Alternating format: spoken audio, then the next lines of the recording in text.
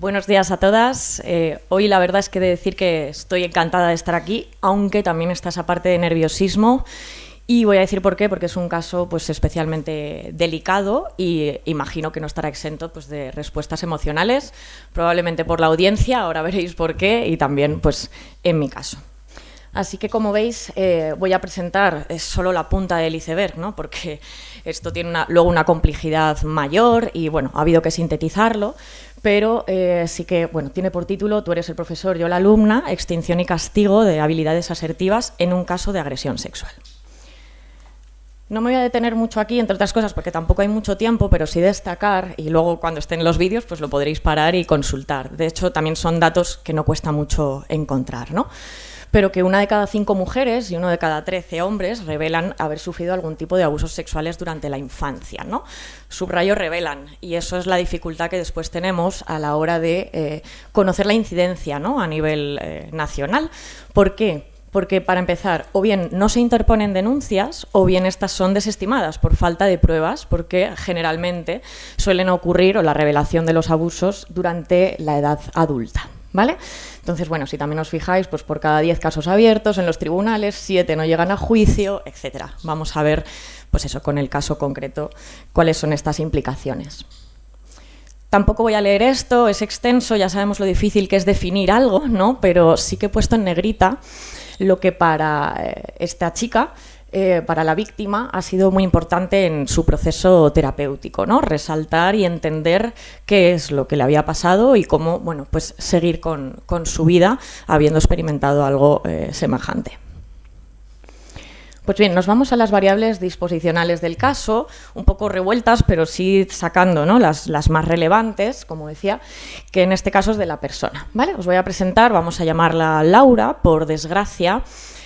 Es un nombre ficticio, que pretende ser ficticio, pero seguramente hay muchas de las víctimas. Estamos hablando de un agresor que ha agredido a muchísimas chicas y probablemente pues, coincida el nombre ficticio con cualquiera de sus víctimas reales, vamos a decir. Laura tenía siempre, desde muy pequeña, preferencia por pasar tiempo a solas, ¿no? O en contacto, en interacción con animales. O sea, en sus cumpleaños pues, se le regalaban peces de colores, periquitos, en fin, todo esto, ¿no? Por lo tanto, como veis, pues también se reducía, ¿no? La oportunidad de aprendizaje o desarrollo de habilidades sociales, entonces ya parte con una gran desventaja. Me ha gustado, bueno, aparte que me ha encantado la conferencia de Virginia, pero estábamos hablando precisamente, ¿no? De la parte de la infancia y el desarrollo, y es que además aquí le agregamos que Laura pues, estuvo sufriendo bullying durante 1 año y medio, desde los 8 años hasta los 9 años y medio, y ahí comienza su primera terapia, ¿no? Una vez que verbaliza a su madre que para vivir de esa manera prefiere no vivir. Ella se inició en el mundo del caballo aproximadamente a los 9 años y medio, 10, y ya bueno, tenía un entrenador que previamente pues, daba palizas al caballo que ella montaba cuando a ella no le salían bien los ejercicios, ¿vale? Estas palizas eran siempre en presencia de ella, iba a decir evidentemente, pero no delante de otros adultos, y esto derivaba pues, en una alta autoexigencia por parte de ella para hacer bien los ejercicios, como una manera de evitar presenciar y por supuesto que al animal se le dieran esas palizas. ¿Qué ocurría? Pues que nunca dijo nada a sus padres por miedo a no volver a montar o por también sentir que estaba abandonando a ese animal, ¿no? O sea, es decir, que no podría de alguna manera pues, protegerle. O sea que esto ya, como veis aquí, son los antecedentes que bueno, ya cuentan mucho. Siempre era una chica muy responsable en general y muy implicada con los animales, o sea, eran unas motivadoras muy potentes, y desde ya pequeñita pues iba a la hípica a cuidar de ellos, ¿vale? Era una manera como de conseguir o hacer un poco trueque, ¿no? Con las clases, es decir, si te quedas 1 hora limpiándoles, cepillándoles y demás, tienes opción a hacer clase doble, por ejemplo. Bien, en el momento, por su historia de aprendizaje, y esto es importante también resaltarlo, ella ya asociaba siempre las relaciones sexuales a algo, bueno, vergonzoso, ¿no? A ser una guarra, etc. En el momento en el que empieza la intimidación por parte del agresor, ella tiene 14 años y el agresor tiene 23, ¿vale? Y era su actual entrenador en aquel entonces. Ella llevaba muchos años practicando el deporte y siempre queriendo competir con un caballo propio, ¿no? Siempre montaba caballos que estaban ahí en la hípica o que eran de otros propietarios.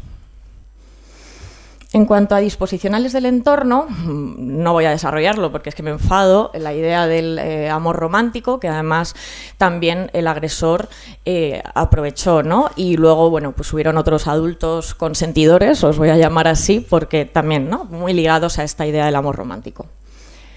En este deporte en concreto, actualmente y antaño, ¿no?, un 73% de todos los federados en España son niñas o mujeres, ¿sí? También, ¿qué ocurre? Que es un deporte mixto, incluso en competición, y además es un deporte que requiere de mucha dedicación, porque no solo se trata de entrenar, sino de preparar el caballo, hacer el cuidado posterior al entrenamiento, etc. Así que igual, ahí el agresor tenía muchas posibilidades. Bien, el agresor en este caso era una persona que venía de Argentina, que justo pues, cuando ocurrió el corralito, estamos hablando de 2001, si no recuerdo mal, y en aquel momento, bueno, pues muchos argentinos, ¿no?, del mundo del caballo se concentran en Madrid, ¿no?, en una zona donde hay muchas hípicas, y bueno, ahí entendemos que la situación de estas personas ya también es de vulnerabilidad económica o existe también una diferencia cultural, ¿no?, a la hora de integrarse en este caso, en el contexto de Laura.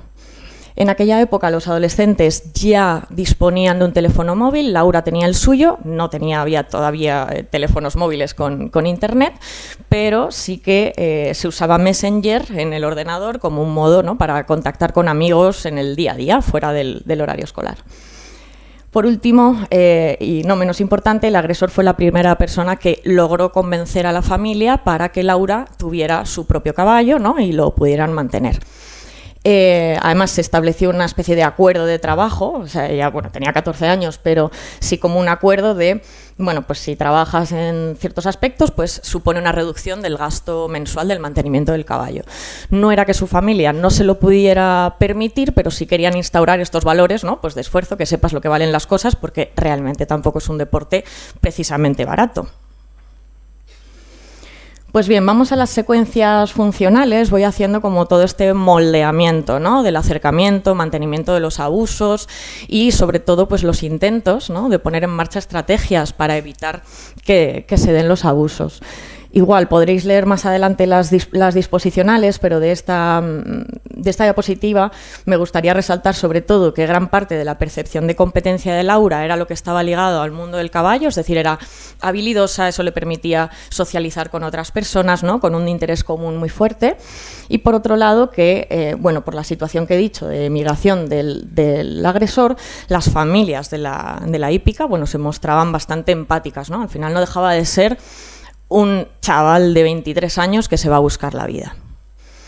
Pues bien, en un merecido color estiércol están representadas las cadenas conductuales de él y en un bonito color morado, y no hace falta dar más explicación, está representada la conducta de Laura. ¿Bien? Entonces aquí es donde empiezan los primeros acercamientos, ¿no?, que podemos considerar como muy lights o podemos no darle importancia, pero vais a ver cómo suponen el principio, ¿no?, de esas aproximaciones sucesivas.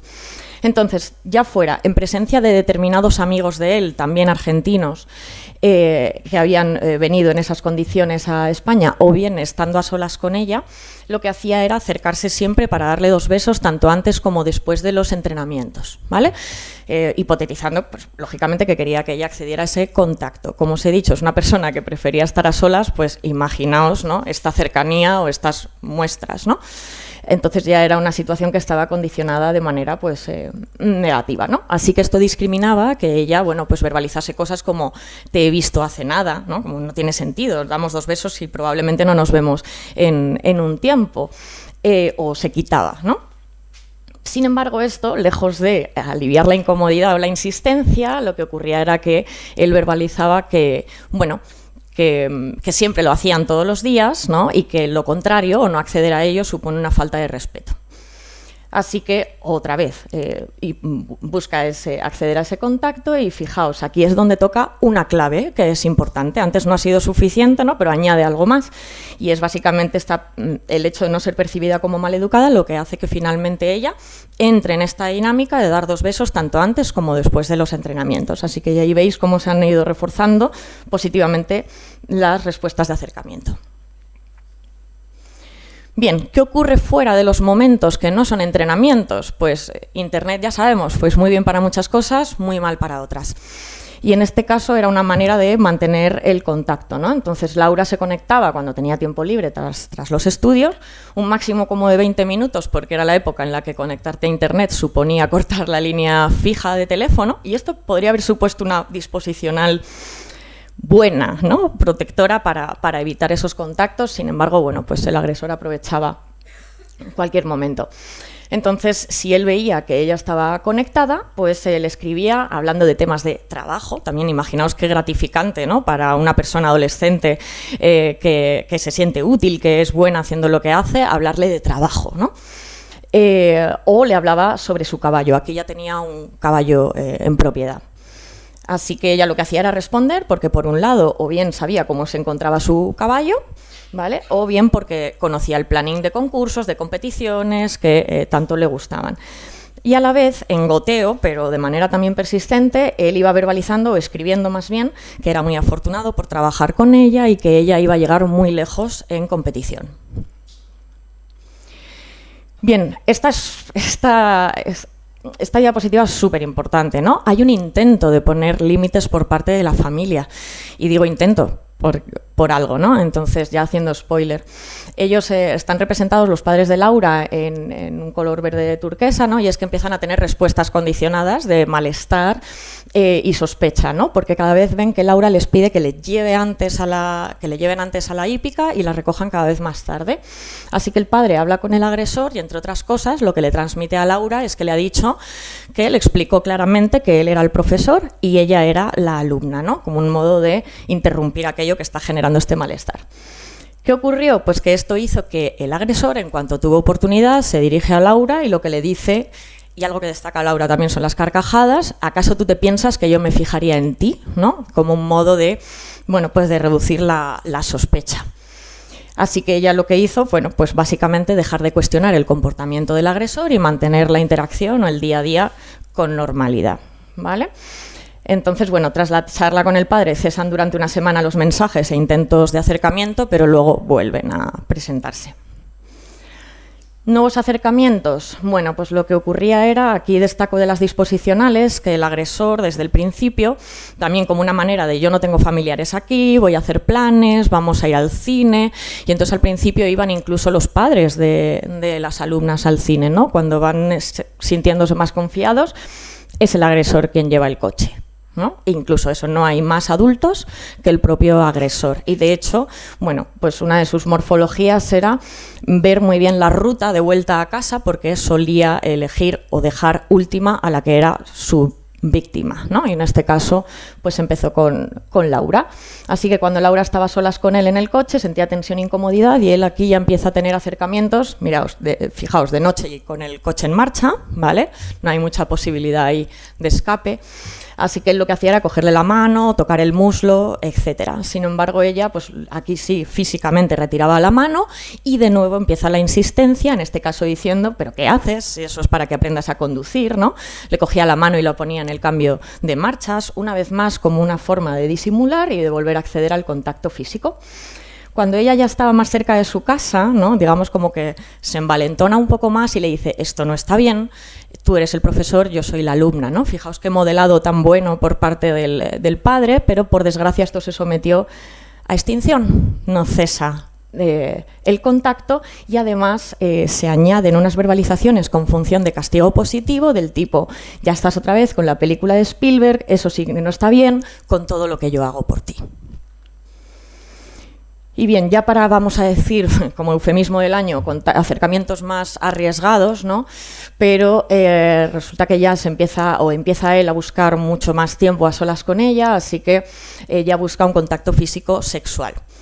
Ella lo que hacía era tratar de retirarse o no responder a sus proposiciones más que indecentes, igual estoy siendo suave porque me cabreo, para que cesasen los acercamientos, ¿no? Pero siempre estaban otra vez acompañados de verbalizaciones del tipo, ahora que estás avanzando tanto, ¿cómo te van a dejar, o sea, a dónde te vas a llevar a tu caballo? No va a estar tan bien cuidado como aquí, etcétera.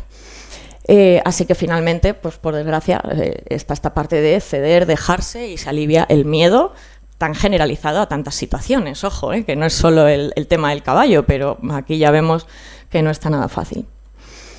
En cuanto a nuevas víctimas, aquí hay otro intento de salir, ¿no?, de la situación y, bueno, como veis, el agresor también pues va mejorando un poquito o va perfeccionando su modus operandi, organiza campamentos de verano donde básicamente hay reciclaje de posibles víctimas, ¿no? O sea, ya en la hípica prácticamente pues no queda nadie libre. Así que lo que le ocurre a Laura es que empieza a observar acercamientos de él a otras alumnas con las mismas morfologías, lo cual le genera muchísima ansiedad, ¿no? Se ve representada en esto. Así que lo que hace es meterse en el ordenador de él, que estaba en la oficina de la hípica, e incluso se hace cuentas falsas, haciéndose pasar, en otros momentos, quiero decir, por una chica de 12 años y dice que no, vamos, le bastaron 5 minutos para que ella estuviera pidiendo algún tipo de fotografía o algo para que le compartiera, ¿no? 5 minutos. En 3 ocasiones lo hizo y lo corroboró los abusos ella sola, ¿no? Más todo el contenido que vio de índole sexual en el ordenador.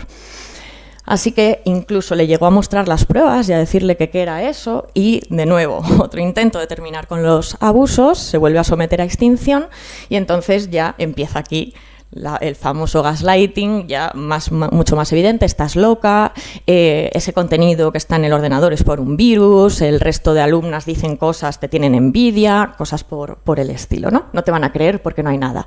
Así que aquí ya pues empieza el bloqueo, ¿no?, propio de la indefensión. Reflexiones.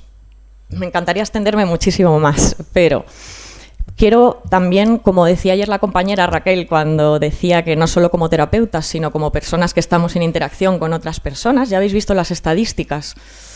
Yo miro esta sala y me estremezco, ¿vale? Entonces, la revictimización está a la orden del día. En el caso de Laura, incluso ocurrió con una psicóloga, que incluso llegó a decirle que, en este caso el agresor, ¿no?, que eso era amor de verdad, que los abusos eran con otras chicas, ¿vale? O sea, eso ya no es ni cuestión de carrera o no, es de sentido común. Bien.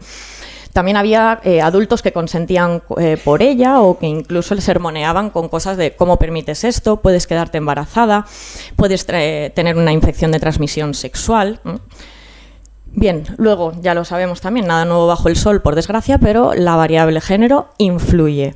¿Qué ocurrió? Que el agresor siguió agrediendo hasta que un adolescente varón, afectado indirectamente, empezó a hablar.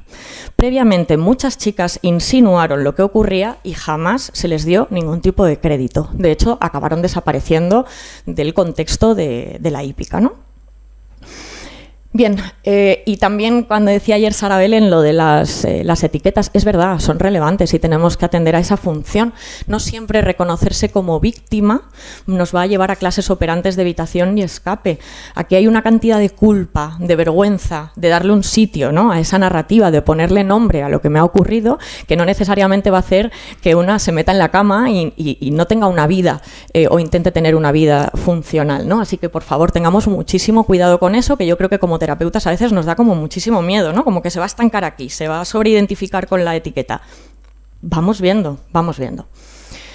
Luego, que también ocurre la extinción y el castigo de la conducta de denunciar. 23 años después, Laura sigue dando su testimonio, ¿vale? Mientras tanto, él ha seguido ejerciendo violencia sexual, sigue suelto. Hay denuncias archivadas, hay sentencia firme incluso en Estados Unidos. Él sigue a día de hoy ejerciendo violencia sexual y ha vuelto a pisar España. O sea, lo que ha hecho ha sido recorrerse todo el mundo. Educación sexual, ya sé que no es por falta de ganas y este no es el sitio donde tengo como que meter más caña, sino que no se nos permite, ¿no?, esa educación sexual. Y por favor, vamos a ponernos muy seriamente a operativizar el consentimiento. El consentimiento no es ni decir que no, ni decir que sí.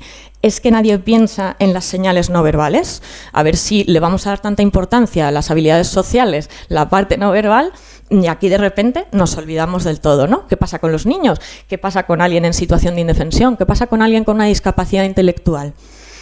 Bien, luego que también, por desgracia, la adquisición de habilidades asertivas no garantizan la prevención de la violencia sexual, lo acabáis de ver, ha sido algo que se ha ido castigando y extinguiendo sistemáticamente, y porque hay muchas más contingencias operando y ahí somos todos responsables.